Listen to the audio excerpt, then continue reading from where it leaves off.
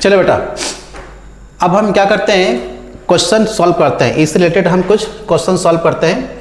आप क्वेश्चन कैसे सॉल्व करेंगे देखो, आप एक ही क्वेश्चन को हम लोग डिफरेंट फॉर्म में कन्वर्ट कर सकते हैं। अच्छा, इसमें हम एक क्वेश्चन ले लेते हैं। मान लिया z इक्वल टू हमारे पास दिया हुआ है, z इक्वल टू हमारे पास दिया हुआ है -1 प्लस आयोटा। ठीक है, अब क्वेश्चन है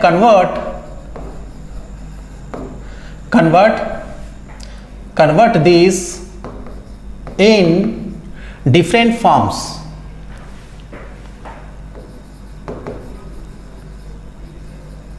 Different forms means convert these in किस में बेटा, पोलर फॉर्म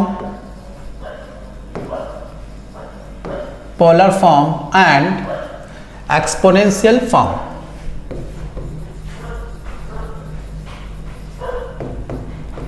एक्सपोनेंशियल फॉर्म, ठीक है बेटा, polar form and exponential form में कन्वर्ट करना है। तो कैसे करेंगे इसको, कन्वर्ट कैसे करेंगे? अब देखो सॉल्यूशन देखो बेटा, पर सॉल्यूशन तो पोलर फॉर्म में पहले कन्वर्ट करते हैं। तो सबसे पहले हम क्या करते हैं, मॉडुलस निकालते हैं बेटा। यहाँ पर हमारे पास z दिया हुआ है -1 प्लस आयोटा, तो सबसे पहले हम मॉडुलस निकालते हैं। तो -1 का स्क्वायर 1 हो जाएगा, 1 का स्क्वायर 1 हो जाएगा, कितना हो जाएगा बेटा, √2। अब ये कैसे आ गया, अब ये आपको अच्छी तरह से आना चाहिए, हम बता चुके हैं, ऐसे बहुत सारे क्वेश्चन हम बता चुके हैं आपको। तो √2 हो गया। अब आर्ग्यूमेंट निकालने के लिए हम क्या करते हैं, tan थीटा हमारे पास क्या है, formula imaginary part of z upon real part of z। ठीक है, तो अब यहाँ पर थीटा निकालेंगे, imaginary part of z, imaginary part of z कितना है बेटा, 1 है। रियल पार्ट ऑफ z कितना है, -1 है। ये मोड डाल देंगे तो कितना, 1 हो जाएगा। तो इसका मतलब है कि थीटा इक्वल टू कितना हो जाएगा बेटा, 45 डिग्री। 45 डिग्री को ये हम लोग क्या लिख सकते हैं, रेडियन फॉर्म में π/4। अब यहाँ देखो, ये तो हमने थीटा वैल्यू फाइंड किया। अब थीटा वैल्यू फाइंड किया, अब हम थीटा को ले जाएंगे फर्स्ट में, सेकेंड में, थर्ड में, फोर्थ में, है ना, अकॉर्डिंग टू द क्वेश्चन कि z किस क्वाड्रेंट में आना चाहिए। तो देखो बेटा, यहाँ पर x क्या है, नेगेटिव, और y क्या है, पॉजिटिव। तो x अगर नेगेटिव है और y पॉजिटिव है तो किस में होना चाहिए, नेगेटिव पॉजिटिव। तो सीधी सी बात है, किस में होना चाहिए, सेकेंड में होना चाहिए। तो सेकेंड में होना चाहिए, तो इसका प्रिंसिपल वैल्यू आर्ग्यूमेंट क्या होता है, π-θ होना चाहिए। आर्ग्यूमेंट में क्या होना चाहिए, π-θ होना चाहिए। तो π-θ होता है, तो इसमें हम क्या करेंगे, आर्ग्यूमेंट ऑफ z क्या होगा, π-θ। तो पाई कितना, इसको हम ऐसे ले सकते हैं, 180 माइनस थीटा। थीटा कितना बेटा, 45 डिग्री। 45 डिग्री तो कितना हो जाएगा, 135 डिग्री। इसी को रेडियन में हम लिखेंगे, बेटा कैसे, यहाँ पर π-θ कितना है, π/4। तो 4 पाई में से पाई जाए कितना बचेगा, 3π/4। ये हो गया। तो आर्ग्यूमेंट हमारे पास क्या हो गया, या तो 135 डिग्री लिखो या फिर 3π/4 लिखो, एक ही चीज है। ठीक है बेटा, देयरफॉर इन पोलर फॉर्म,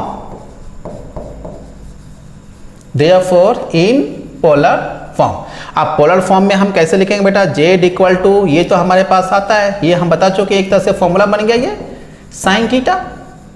ठीक है, तो r इक्वल टू √2 था ना ये, तो पोलर फॉर्म में हम कन्वर्ट करेंगे। तो z इक्वल टू √2 और यहां पर cos 3π/4। 3π/4 का मतलब क्या हो गया बेटा, 135 डिग्री प्लस आयोटा साइन 3π/4। ये हो गया, पोलर फॉर्म में कन्वर्ट हो गया, है ना। तो दो चीज चाहिए ना बेटा पोलर फॉर्म कन्वर्ट करने के लिए, क्या चाहिए, है ना, मोड चाहिए, z का जो मॉडुलस है वो चाहिए, √2 मिल गया, इसका एग्रीमेंट भी मिल गया 3π/4। अब क्या है, एक्सपोनेंशियल फॉर्म में भी कन्वर्ट करना है, तो उसके लिए भी दो चीज चाहिए बेटा। ठीक है, इन एक्सपोनेंशियल फॉर्म,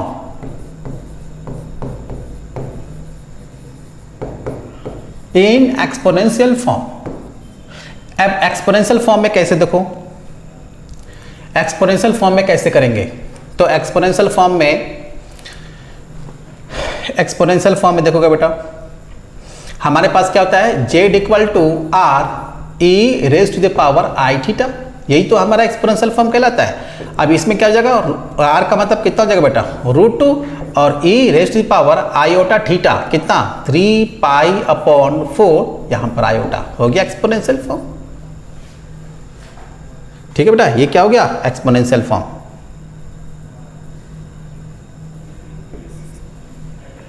ठीक है, तो देख रहे हो मैंने क्या बताया, कन्वर्सन है ना, from one form to another form, कैसे कन्वर्ट करते हैं ये मैंने समझाया बेटा। ठीक है, तो आशा करता हूँ आपको ये पूरा अच्छे समझ में आ गया होगा।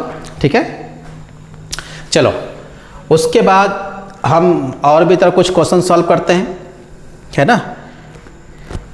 नेक्स्ट जो हमारे पास है, ये चीज़ मैंने समझाया।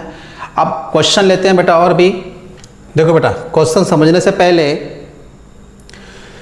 जाना, क्वेश्चन समझने से पहले ये सब जो प्रॉपर्टीज़ है ये तो ध्यान रखो बेटा, ये प्रॉपर्टीज़ है आपके मतलब बोर्ड लेवल में इसका ज़्यादा यूज़ नहीं होता है, लेकिन जब जेईई की तैयारी करोगे तो ये सारे प्रॉपर्टीज़ को, है ना, प्रॉपर्टीज़ को हम लोग बहुत ही फ्रिक्वेंटली यूज़ करते हैं, फटाफट यूज़ करते हैं। प्रॉपर्टी यूज़ करने से, है ना, बड़ा सा बड़ा क्वेश्चन भी जानते हो बहुत ईजिली सॉल्व हो जाएगा इस प्रॉपर्टी का यूज़ करके, मैं आपको बताने वाला हूँ। ठीक है बेटा, तो पहले देखो ये प्रॉपर्टी देख लो, properties of conjugate.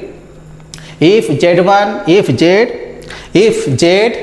Z1 and Z2 are existing complex number, then we have the following result। देखो बेटा ये, ठीक है, तो मैं क्या करता हूँ कि एक दो क्वेश्चन कैसे आया होगा, ये फॉर्मूला कैसे बना होगा, ये मैं बता दे रहा हूँ आपको, उसके बाद आपको खुद से करना है। ठीक है, यहाँ देखो बेटा,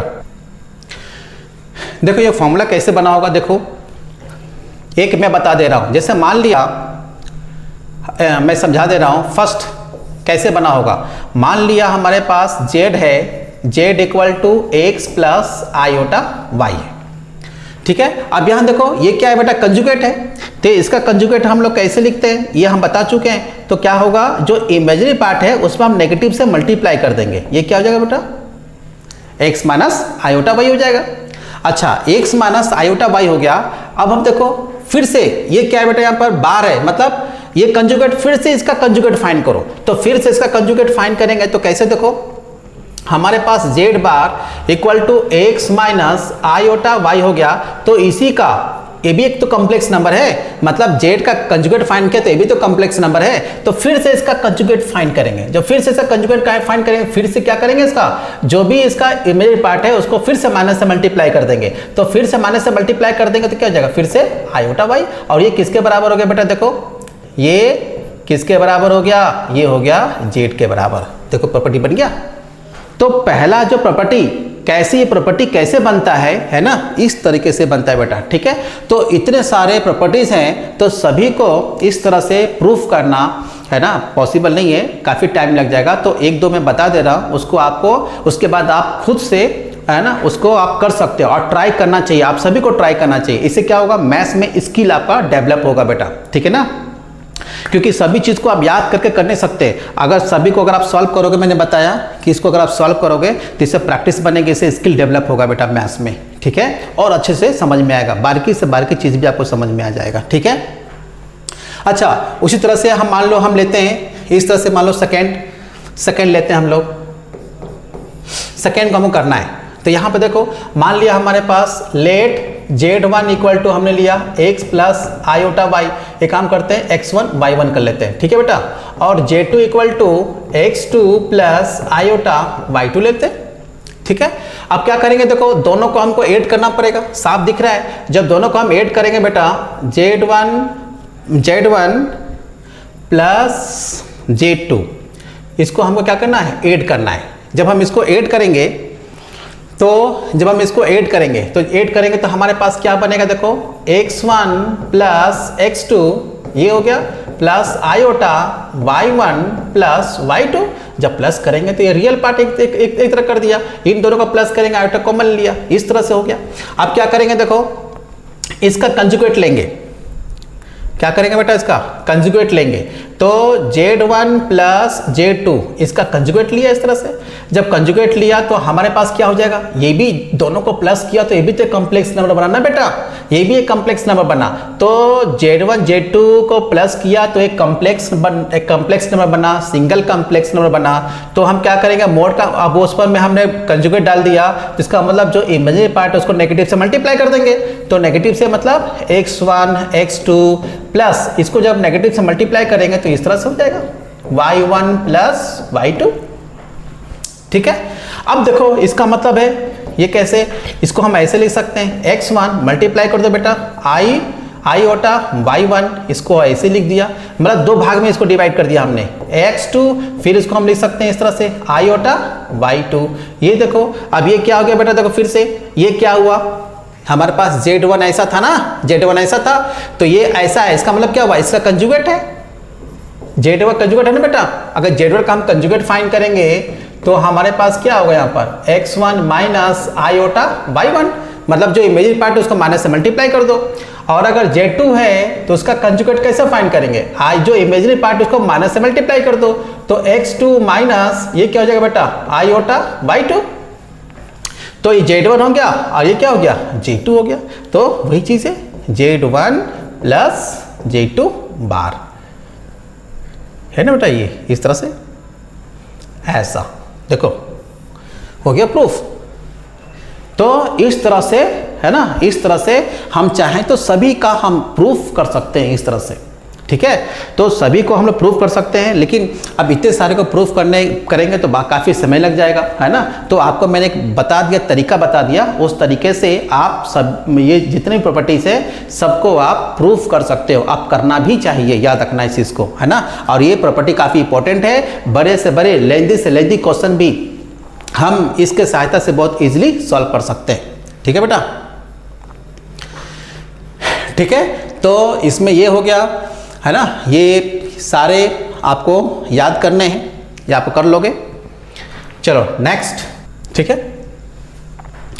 अब देखो ये जो पहले जो बताया प्रॉपर्टीज ऑफ, क्या बताया था मैंने, प्रॉपर्टीज ऑफ कंजुगेट, ये क्या है, प्रॉपर्टीज ऑफ मॉडुलस। अब मॉडुलस की भी प्रॉपर्टीज है बेटा, ये भी बहुत काम की चीज़ है, सारे काम की चीज़ है प्रॉपर्टीज। जब आप जेईई की तैयारी कर रहे हो तो ये बहुत ही काम की चीज़ है, पूरे याद होने चाहिए। अगर आप जेईई की तैयारी कर रहे हो तो फटाफट सॉल्व हो जाएगा। ठीक है, अब देखो इसको भी हम लोग, है ना, बहुत इजीली प्रूफ कर सकते हैं। देखो यहाँ पर देखो जेड का जो मोड निकालते हैं, कोई भी जेड आप ले लो, जैसे मान लिया हमने लिया z let z equal to x plus iota y, है ना, या फिर ये कोई नंबर ले लेते हैं तो ज़्यादा अच्छा रहेगा, अच्छे समझ में आएगा। कोई भी नंबर ले लो बेटा आप, मान लिया हमने लिया 2 प्लस आयोटा, 2 प्लस आयोटा, इसका मोड निकालो, इसका मोड निकालो। कैसे निकालते हैं, 2 का स्क्वायर 4, 1 का स्क्वायर 1, कितना हो जाएगा √5। देखो ये √5 ग्रेटर देन 0, है ना। मैंने पहले बताया था कि इस तरह से z equal to x square plus y square, ये जो हम फाइंड करते हैं ये हमेशा क्या आएगा, प्योरली रियल आता है। क्या आएगा बेटा, पॉजिटिव रियल। हमने बताया था ये क्या आता है, रियल, लेकिन रियल में क्या, रियल पॉजिटिव आता है, पॉजिटिव रियल आएगा बेटा, प्योरली रियल आएगा। ठीक है, ये नेगेटिव हो ही नहीं सकता। क्यों, क्योंकि रूट के अंदर है, रूट के अंदर अगर नेगेटिव रहेगा तो क्या हो जाएगा, अनडिफाइन हो जाएगा, ये पॉसिबल नहीं है। ठीक है, तो ध्यान रखना। और देखो ये 0 कब होता है, जब x और y जब दोनों 0 होगा। ठीक है ना, और z का मोड ग्रेटर देन 0 इफ, इस तरह से।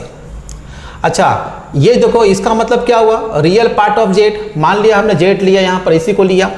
अब रियल पार्ट ऑफ z, यहाँ देखो बेटा इसी एग्जाम्पल को हम लोग करते हैं, ये रियल पार्ट ऑफ z, तो रियल पार्ट ऑफ z कितना है बेटा, यहाँ पर 2 है। ठीक है, अच्छा imaginary part of z, imaginary part of z हमारे पास कितना है बेटा, यहाँ पे देखो 1 है। तो ये जो हमारे पास मोड है, मोड कितना हुआ √5, तो देखो ये माइनस √5 से ज़्यादा होगा। देखो ये real part of z, real part of z, और क्या होगा, कम होगा किसे, है ना, और माइनस से, और ये √5 से। देखो या -√5 ज़्यादा होगा, √5 से कम होगा। देख लो ये जो प्रॉपर्टी मैंने बताया, तो -√5 से ज़्यादा होगा। देखो लो यहाँ पर जब हम √5 का निकालेंगे तो क्या होगा, 2 पॉइंट समथिंग होगा, लेकिन नेगेटिव के कारण क्या हो जाएगा, बहुत ही छोटा हो जाएगा, उससे बड़ा होगा। ये √5 मतलब 2 पॉइंट समथिंग होगा, 2 पॉइंट समथिंग मतलब 2.3, 2.4, उससे तो कम ही है ना। तो ये प्रॉपर्टी बिल्कुल सेटिस्फाई हो रहा है इस रिलेशन से, ठीक है। और देखो ये भी बिल्कुल है, इमेजिनरी पार्ट ऑफ जेड, देखो इमेजिनरी पार्ट ऑफ जेड कितना है, 20 है, तो -1 से ज़्यादा होगा किसका, इसका इमेजिनरी पार्ट ऑफ जेड। और किससे कम होगा बेटा, किससे कम होगा, है ना, ये मॉड ऑफ जेड, सॉरी यहाँ पर ये जो इमेजिनरी पार्ट ऑफ जेड है किससे कम होगा, ये मॉड का मतलब होता है मॉडलस, तो -√5 से ज़्यादा होगा और √5 से कम होगा। बिल्कुल साफ दिख रहा है, देखो यहाँ पर ये इमेजिनरी पार्ट ऑफ जेड कितना है बेटा, यहाँ पर 1 है, तो -√5 ये 1 √5 बिल्कुल साफ दिख रहा है ना, -√5 से ज़्यादा है, √5 से कम में। देखो कैसे बनाया गया होगा, ठीक है। अच्छा एक चीज़ और है, यहाँ देखो थर्ड, अब देखो ये थर्ड हम देखेंगे, मान लो, तो मान लिया हमने ये लेट z = x + i/y लिया, तो इसका मोड निकालो बेटा, मोड निकालो इसका, तो कितना हो जाएगा, x² + y² √ हो गया, ठीक है। अब यहाँ पर z का बार लेंगे तो कितना हो जाएगा, x - i/y हो गया, ठीक है। अब हम इसका मॉडुलस निकालेंगे, जब इसका मॉडुलस निकालोगे बेटा, तो जब इसका मॉडुलस निकालो तो क्या हो जाएगा, x का स्क्वायर और ये -y का स्क्वायर, वो भी वही रहेगा, है ना। तो हम क्या देख रहे हैं, देखो ये पार्ट दोनों का RHS सेम है, तो इसलिए दोनों का LHS पार्ट भी क्या होगा, सेम हो जाएगा, इसलिए प्रॉपर्टी बनाया गया, बहुत ही इंपॉर्टेंट प्रॉपर्टी है, ठीक है। तो इस तरह से बेटा आपको करना है, ये खुद से आपको ट्राई करना चाहिए, जितना भी जो मैंने बताया ये आप इस तरह से, है ना, आप प्रूफ कर सकते हो, आपको करना चाहिए प्रूफ, ठीक है। चलो नेक्स्ट है, ठीक है। अब इसमें देखो आर्गुमेंट का है, अब इसमें आर्गुमेंट का कैसे करेंगे, ये भी बहुत काम का चीज़ है ना। जो आर्गुमेंट है, प्रॉपर्टीज ऑफ आर्गुमेंट, अभी हमने सारी चीज़ हम बता चुके हैं बेटा। आपको क्या बताया मैंने, मॉडुलस के बारे में मैंने बताया आपको, मैंने ये कंजुगेट के बारे में बताया और आर्गुमेंट के बारे में बताया, और मैंने कहा था कि इसे कुछ प्रॉपर्टी से बाद में बताएंगे, वही चीज़ वही प्रॉपर्टी में बता रहा हूँ आपको, ठीक है। अब देखो प्रॉपर्टीज ऑफ आर्गुमेंट, देख रहे हो, ये सब सारी प्रॉपर्टीज़ हैं, तो एक दो मैं आपको बता देता हूँ कि इसको प्रूफ कैसे करते हैं, है ना, बाकी आपको खुद ट्राई करना चाहिए बेटा, ठीक है ना, और आपको करना है अच्छी तरह से। नया पेज में ज़्यादा अच्छे से इसमें प्रॉब्लम हो जाती है, इसको नया पेज ले लेते हैं। देखो बेटा, late z1 = r1 cos θ1 + iota sin θ1। अच्छा, z2 = हमने ले लिया r2 cos θ2 + iota sin θ2। अब क्या करेंगे, दोनों को मल्टीप्लाई करेंगे, z1 z2 दोनों का मल्टीप्लाई कैसे करेंगे, r1 r2, फिर यहाँ पर cos θ1 + iota sin θ1, फिर हो जाएगा यहाँ पर cos θ2 + iota sin θ2, ठीक है। अब यहाँ पर देखो r1 r2, अब इसको मल्टीप्लाई करेंगे, तो कैसे, रियल पार्ट इसको मल्टीप्लाई करेंगे, तो cos θ1 ये हो जाएगा cos θ2, फिर यहाँ पर माइनस इसको इससे मल्टीप्लाई कर दो, ये हो जाएगा sin θ1, ये हो जाएगा sin θ2, ये हो गया रियल पार्ट प्लस आयोटा। अब इमेजिनरी पार्ट कैसे, तो इसको मल्टीप्लाई करेंगे तो इमेजिनरी है क्योंकि आई के साथ है, तो यहाँ पर हो जाएगा sin θ1, ये हो जाएगा cos θ2, उसके बाद फिर इसको इससे मल्टीप्लाई करेंगे तो क्या हो जाएगा, यहाँ पर हो जाएगा cos θ1, ये हो जाएगा sin θ2, इस तरह से। अब यहाँ पर क्या हो जाएगा r1 r2, ठीक है, r1 r2। अब हम क्या बता रहे थे बेटा, कुछ फॉर्मूला बता रहे थे, ये फॉर्मूला है, अगर आपने ट्रिग्नोमेट्री नहीं पढ़ा है तो दिक्कत तो होगी, है ना। अगर नहीं पढ़ा तो मैं फॉर्मूला बता दे रहा हूँ बेटा, वो फॉर्मूले का यूज़ कैसे करते हैं वो मैं बता दे रहा हूँ। देखो यहाँ पर साइन, ये एक फॉर्मूला है हमारे पास, cos A into cos A into cos B minus sine A into sine B. तो cos A into cos B minus sine into sine B हमारे पास फॉर्मूला है, वो क्या होता है, कॉस ए प्लस बी। अगर आपने ट्रिग्नोमेट्री नहीं पढ़ा बेटा बस फॉर्मूला याद कर लो, ठीक है ना। फिर बाद में जब पढ़ोगे अच्छी तरह से, है ना, तो फिर तो कोई दिक्कत ही नहीं होगी, ठीक है। तो देखो यहाँ बेटा ए के जहाँ पर कितना है, θ1 है, cos A into cos B minus sine A into sine B. तो ए की जगह पर θ1 है, बी की जगह पर θ2 है, तो क्या हो जाएगा, कॉस ए प्लस बी। तो कॉस ए प्लस बी, तो यहाँ हो जाएगा कॉस ए, तो θ1 प्लस θ2 हो गया इस तरह से, प्लस आयोटा। फिर यहाँ भी एक फॉर्मूला है, तो यहाँ पर क्या फॉर्मूला है, sine A into cos B, sine A into cos B plus cos A into sine B, ये फॉर्मूला है बेटा यहाँ पर। तो ये हो जाएगा साइन ए प्लस बी, ये फॉर्मूला। तो अब यहाँ देखो, यहाँ पर देखोगे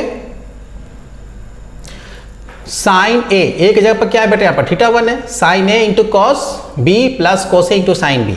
तो यहाँ पर क्या हो जाएगा, साइन θ1 प्लस θ2, इस तरह से। ये क्या हो गया बेटा, ये Z1 Z2 हो गया, मल्टीप्लाई करके ऐसा हुआ। जब मल्टीप्लाई करके ऐसा था, अब देखो पीछे क्या था हमारे पास, देखो तो argument of Z1 plus Z2 क्या होगा, argument of Z1 plus argument of Z2। अब ये कैसे आया देखो, अब यहां देखो, अब देखो इसका आर्गुमेंट, अब दोनों को जब मल्टीप्लाई किया तो क्या हुआ, ए भी एक कॉम्प्लेक्स नंबर बना, सिंगल कॉम्प्लेक्स नंबर बना। तो देखो ये रियल पार्ट है ना, ये रियल पार्ट, और ये क्या है, इमेजिनरी पार्ट। तो इसका मतलब क्या हुआ बेटा, इसको अगर हम इसको इस तरह से मान लें, लेट Z1 Z2 को हम क्या मान लिए, Z मान लिए, ठीक है। या फिर इसको ऐसे let theta equal to θ1 plus θ2 मान लिया, और R इक्वल टू हमने क्या मान लिया, R1 R2 को हमने क्या मान लिया, R मान लिया। देयरफॉर हमारे पास Z1 Z2 ये क्या हो जाएगा, इसको हमने मान लिया R। अब हमारे पास क्या हो जाएगा, cos theta plus iota sine theta. अब यहाँ पर थीटा का मतलब क्या हुआ भाई, थीटा हमारे पास क्या है, अब ये क्या आर्ग्यूमेंट कहलाता है, तो थीटा क्या आर्ग्यूमेंट हो गया। तो थीटा इक्वल टू कितना, θ1 प्लस θ2। तो आर्ग्यूमेंट ऑफ थीटा, ये थीटा किसका आर्ग्यूमेंट है भाई, ये थीटा किसका आर्ग्यूमेंट है, इसका आर्ग्यूमेंट है ना। तो आर्ग्यूमेंट ऑफ Z1 Z2 ये क्या है, आर्ग्यूमेंट ऑफ Z1 और Z2 किसका है, थीटा है। तो आर्ग्यूमेंट ऑफ Z1 Z2 क्या आ जाएगा यहाँ पर, argument of theta, argument of, ये आर्ग्यूमेंट किसका है, देखो Z1 का है, argument of Z1 plus argument of Z2। देखो ना, ये जो θ2 किसका आर्ग्यूमेंट है, Z2 का है, बिल्कुल साफ दिखाई दे रहा है ना। तो इस तरह से हमारे पास है ना फॉर्मूला बन गया। और यहाँ पर क्या है, 2k पाई, और यहाँ पर k का वैल्यू क्या होना चाहिए, या तो k का वैल्यू आप रख सकते हो यहाँ पर, k का वैल्यू आप यहाँ पर रख सकते हो 0 और 1 और -1, ये रख सकते हैं बेटा। क्यों, ताकि आपका जो वो जो आर्ग्यूमेंट आना चाहिए वो क्या हो जाए, प्रिंसिपल आर्ग्यूमेंट में कन्वर्ट हो जाएगा ऐसा करने से, ठीक है। तो देख रहे हो कैसे इसको हम लोगों ने सॉल्व किया, कैसे प्रूफ किया, ये तो ध्यान रखोगे इस चीज़ को। मैं समझता हूँ ये सब सारे और भी आप खुद से कर सकते हो, है ना, कोशिश करना चाहिए, ये खुद आप ट्राई करोगे बेटा, ठीक है ना। चलो अब हम कुछ क्वेश्चन सॉल्व करते हैं। देखो बेटा इसको हम लोग क्वेश्चन सॉल्व करेंगे। देखो ये बहुत ही सिंपल है, इसको कैसे सॉल्व करेंगे मालूम होना चाहिए, ठीक है। तो ये देखो इस क्वेश्चन, ये क्वेश्चन बेटा जेई लेवल का है। ये क्वेश्चन हमारा क्या है, जेई लेवल का क्वेश्चन है बेटा, है ना। ऐसा क्वेश्चन बोर्ड लेवल में पूछता नहीं है। अगर बोर्ड लेवल पूछेगा तो फिर क्या करना पड़ेगा, उसको मल्टीप्लाई करना पड़ेगा, नीचे मल्टीप्लाई करना पड़ेगा, फिर एनालाइज करना पड़ेगा, तो काफ़ी टफ हो जाता है ना। तो ये जो क्वेश्चन है बेटा जेई लेवल का है, ठीक है। तो कैसे इसको प्रॉपर्टी का यूज़ करके कैसे हम सॉल्व करते हैं तो ध्यान रखोगे। तो यहाँ देखोगे बेटा, पहले सबसे पहले फाइंड क्या करना, अपन को मोड फाइंड करना है, मोड ऑफ जेड, जेड का मोड फाइंड करना है। तो जेड का मोड हम कैसे फाइंड करेंगे, देखो तो देखो सॉल्यूशन देखो। तो सबसे पहले हम क्या करेंगे, मोड फाइंड करेंगे। तो मोड कैसे फाइंड करेंगे बेटा, देखो ये जेड, ये मोड फाइंड किया। मोड का मतलब ये सिंबल होता है ना, मतलब मोड को इस तरह से रिप्रेजेंट करते हैं। तो इसका मोड फाइंड करना है, तो 3 + 4 आयोटा 1 + आयोटा 1 + √3 आयोटा, ठीक है, ठीक है। अब यहाँ पर 1 + आयोटा 4 - 3 आयोटा, ये हो गया 2 आयोटा, ये हो गया। अब उसके बाद ये जो है हमारे पास ब्रैकेट है, ये स्क्वायर, और हमने क्या किया, मोड डाला।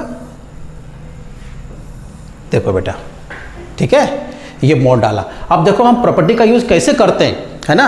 ये मोड की प्रॉपर्टी है, तो इसका यूज़ कैसे करेंगे। देखो एक प्रॉपर्टी मैंने बताया कि, क्या प्रॉपर्टी बताया मैंने, कि अगर जेड एन इस तरह से रहे तो हम क्या करेंगे, जेड मोड, ये एन क्या हो जाएगा, बाहर हो जाएगा। ये अपनी प्रॉपर्टी बताया, देख लेना, है ना।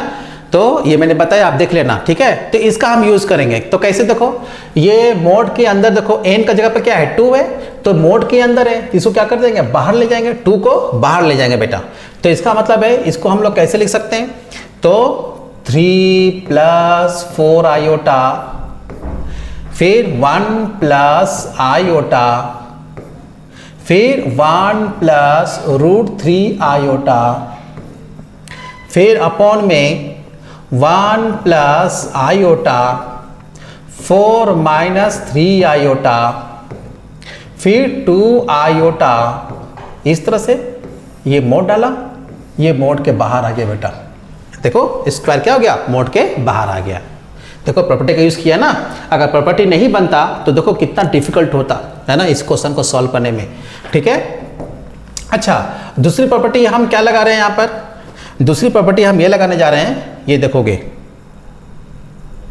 दूसरी प्रॉपर्टी हम लगाने जा रहे हैं बेटा, कि अगर मान लो Z1 / Z2 रहेगा ऐसा, तो हम क्या कर सकते हैं, Z1 mod Z1 mod Z2, इस तरह से लिख सकते हैं। अब यहाँ देखो कैसे, यहाँ डिवाइड फॉर्म में, तो यहाँ क्या हो जाएगा, 3 + 4 आयोटा है, यहाँ पर जाएगा 1 + आयोटा, फिर 1 + √3 आयोटा, ये क्या हो गया, मोड न्यूमरेटर में, ठीक है। और अपॉन में क्या हो गया भाई, देखो 1 + आयोटा, फिर 4 - 3 आयोटा, फिर 2 आयोटा, इस तरह से, ठीक है, ये इस तरह से। और ये जो पूरा बड़ा सा ब्रैकेट डालते हैं, ये बड़ा सा ब्रैकेट डाल देते हैं बेटा, ये स्क्वायर अपने जगह पर है, ये स्क्वायर अपनी जगह पर है। अच्छा, अब इसके बाद क्या करेंगे, देखो इसके बाद और क्या कर सकते हैं। अच्छा, इसके बाद एक और प्रॉपर्टी है, क्या मैंने प्रॉपर्टी बताया, अगर Z1 Z2 Z3 अगर इस तरह से मोड रहेगा, डैश डैश अगर मोड रहेगा ऐसा, तो हम क्या करेंगे, इसको Z1 Z2 Z3 dash dash dash ऐसा रहेगा, ठीक है। तो अब ये ऐसा रहेगा, तो हमारे पास क्या था, देखो है ना, हमारे पास देखो क्या था, है ना, ये सब हमारे पास क्या हो जाएंगे, अलग अलग हो जाएंगे। 3 + 4 आयोटा, 3 + 4 आयोटा। तो इसको ऐसे सॉल्व करेंगे बेटा, इससे, है ना। तो इस तरह से अब यहाँ पे क्या करेंगे, प्रॉपर्टी हमने बताया, क्या प्रॉपर्टी बताया हमने, कि Z1 Z2 Z3 इस तरह से रहेगा और मोड फाइंड करना है, तो क्या हो जाएगा Z1, ये हो जाएगा Z2, फिर हो जाएगा Z3 डैश डैश। तो उसी तरह से यहाँ देखो हम प्रॉपर्टी का यूज़ कर रहे हैं, यहाँ पर देखो सब मल्टीप्लाइड फॉर्म में, सब मल्टीप्लाइड फॉर्म में, तो यहाँ पर क्या हो जाएगा इस तरह से हो जाएगा 3 + 4 आयोटा मोड, फिर 1 + आयोटा मोड, फिर 1 + √3 आयोटा, ये हो गया मोड, अपॉन में 1 + आयोटा मोड, फिर 4 - 3 आयोटा मोड, फिर यहाँ पर 2 आयोटा मोड, है ना। अब ये इस तरह से ये स्क्वायर अपने जगह पर है, ठीक है बेटा। अच्छा, अब उसके बाद क्या करेंगे देखो, अब यहाँ पर है ना, अब इसके बाद यहाँ पर इसको सॉल्व करेंगे, इसका मोड निकालेंगे। तो इसका मोड कैसे निकालेंगे बेटा, देखो 3 का स्क्वायर 9 + 4 का स्क्वायर कितना हो जाएगा बेटा 16 √, ये हो गया मोड, निकल गया इसका। अच्छा, ये हो गया। अच्छा, उसी तरह से इसका करेंगे, 1 का स्क्वायर 1 है ना, और 1 कितना हो जाएगा √2। अच्छा, इसका भी 1 + √3 का स्क्वायर 3 √, इस तरह से।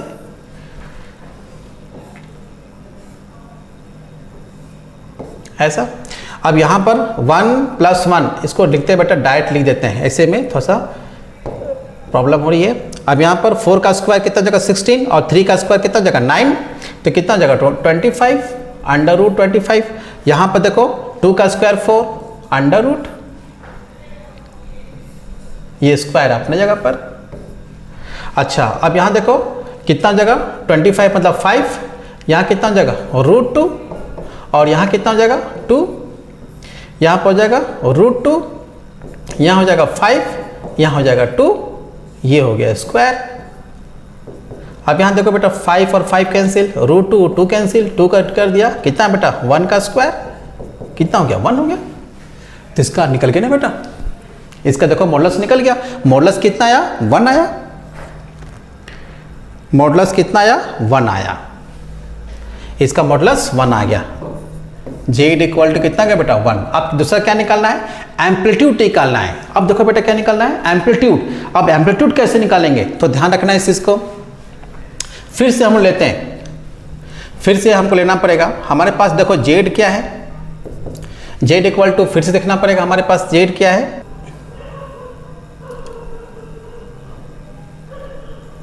देखो 3 + 4 आयोटा, 3 + 4 आयोटा 1 + आयोटा,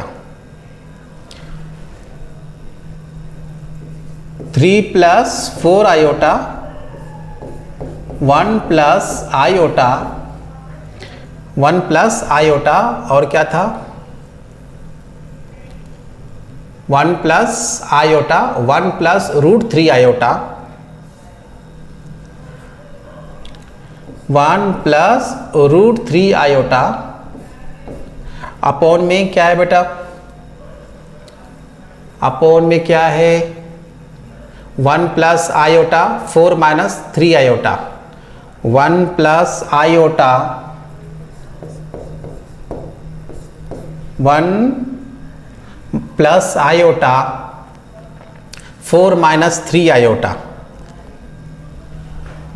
4 - 3 आयोटा, फिर 2 आयोटा, यही था ना बेटा, यही था Z। अब इसका एम्पलीट्यूड निकालना है।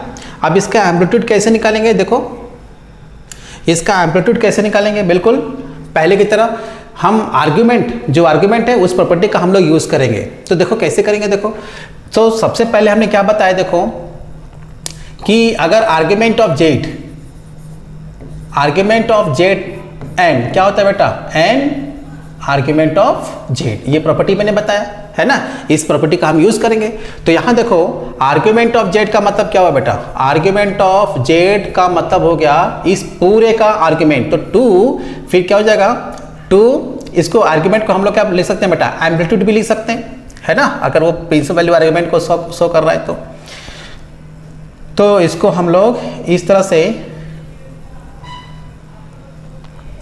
एम्पलीट्यूड ऑफ Z = यहाँ क्या हो जाएगा 2 एम्पलीट्यूड किसका एम्पलीट्यूड बेटा यहाँ पर 3 प्लस 4 आयोटा 1, यहाँ पर 1 प्लस आयोटा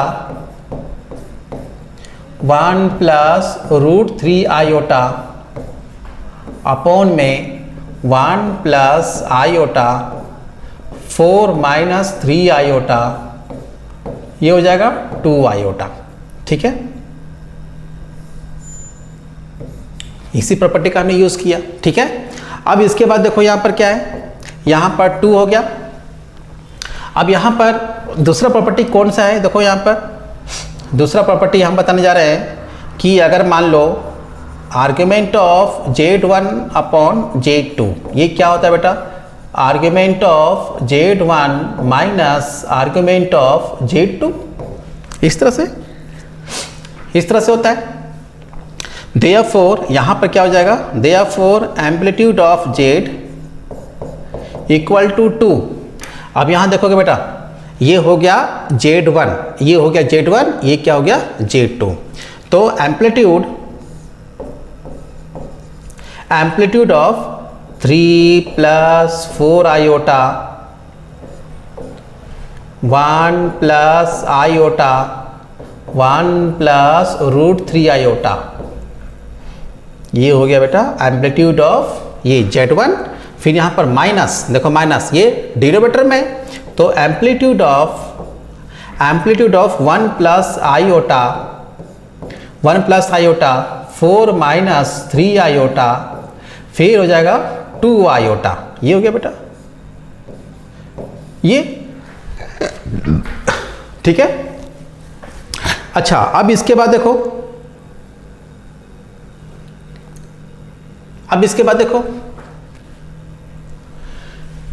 अब यहां पर एक और प्रॉपर्टी मैंने बताया, क्या बताया देखो, आर्गुमेंट ऑफ Z1 Z2, तो क्या होता है बेटा, argument of Z1 plus argument of Z2, ये मैंने बताया ना मैंने। अच्छा एक चीज थोड़ा सा और ध्यान रखो, यहां पर एक चीज छूट गया बेटा, है ना, आर्गुमेंट तो यहां पर क्या हो जाएगा 2k पाई, ये छूट गया बेटा, है ना, और k बिलोंग्स टू इंटीजर, ये भी लिखना है ना, ये भी लिखना है बेटा यहाँ पर। ठीक है, अब यहाँ पर देखो इस तरह से, अब हम इसका यूज करेंगे। अब यहाँ पर कैसे देखो, ये हो जाएगा 2 एम्पलीट्यूड, देखो सब मल्टीप्लाइड फॉर्म में, तो क्या हो जाएगा प्लस में जाता है, मल्टीप्लाई तो प्लस में कन्वर्ट हो जाता है, तो यहाँ पर हो जाएगा amplitude 3 plus 4 iota plus amplitude 1 plus iota plus amplitude 1 plus √3 iota. ठीक है, उसके बाद यहाँ पर माइनस, ये भी देखो सब प्लस में हो जाएगा, लेकिन सब प्लस में होगा, लेकिन क्या होगा, सबको माइनस कर देगा, तो amplitude 1 plus iota minus amplitude 4 minus 3 iota minus amplitude 2 iota, इस तरह से। देखो बेटा कैसे कन्वर्ट कर दिया हमने। अब यहां पर देखो सिंपली, अब इस तरह से कन्वर्ट हो गया। अब क्या करेंगे, इसका एम्पलीट्यूड निकालेंगे। तो इसका एम्पलीट्यूड कैसे निकालेंगे बेटा बताओ, तो इसका एम्पलीट्यूड इसका निकालने के लिए क्या करते हैं, टेन थीटा इक्वल टू क्या होता है y/x, मतलब 4/3। अब यहाँ पर थीटा इक्वल टू कितना हो जाएगा बेटा, ये हो जाएगा tan इनवर्स 4/3। टेन को हम इधर भी ले आएंगे तो tan इनवर्स कहला, यहाँ पर टेन को इधर लाएंगे तो क्या जाएगा tan इनवर्स हो जाएगा। तो थीटा निकल गया ना बेटा इसका, तो थीटा निकल गया, तो हम क्या करेंगे, यहाँ पर लिखेंगे tan इनवर्स 4/3। अच्छा प्लस यहाँ देखो इसका कैसे निकालेंगे, 1/1, तो 1/1 कितना हो गया बेटा 45 डिग्री, मतलब π/4 प्लस इसका निकालेंगे, तो इसका निकालेंगे कैसे, तो √3/1, तो √3/1 tan थीटा इक्वल टू √3/1, तो कितना हो जाएगा 60 डिग्री, तो 60 मतलब कितना हो जाएगा बेटा π/3, ये हो गया π/3। अच्छा उसके बाद और देखो यहाँ पर माइनस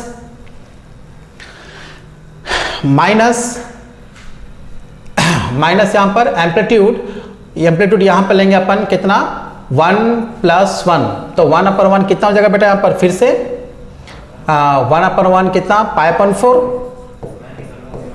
पाई/4 माइनस, अब यहाँ देखो 4/3, तो यहाँ पर देखो tan थीटा इक्वल टू -3/4, तो -3/4 थीटा इक्वल टू कितना हो जाएगा बेटा ये tan इनवर्स -3/4 है ना। तो ये क्या हो जाएगा माइनस बाहर निकल जाएगा बेटा, यहाँ पर tan इनवर्स 3/4 ये रूल होता है।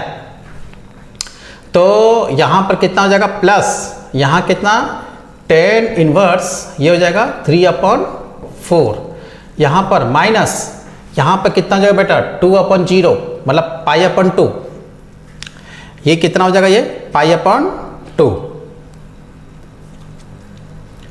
ये हो जाएगा बेटा पाई/2। कैसे देखो यहाँ पर इसको कैसे लिखेंगे 0 + 2 आयोटा, तो इसका हम एम्पलीट्यूड कैसे निकालेंगे 2/0, तो 2/0 क्या होता है नॉट डिफाइन, तो tan theta equal to not define होता है, तो थीटा का मतलब 90 डिग्री होता है। ठीक है 3 + 4 हो गया, 1 प्लस आयोटा हो गया, 1 + √3 हो गया, तो 60 डिग्री हो गया पाई/4।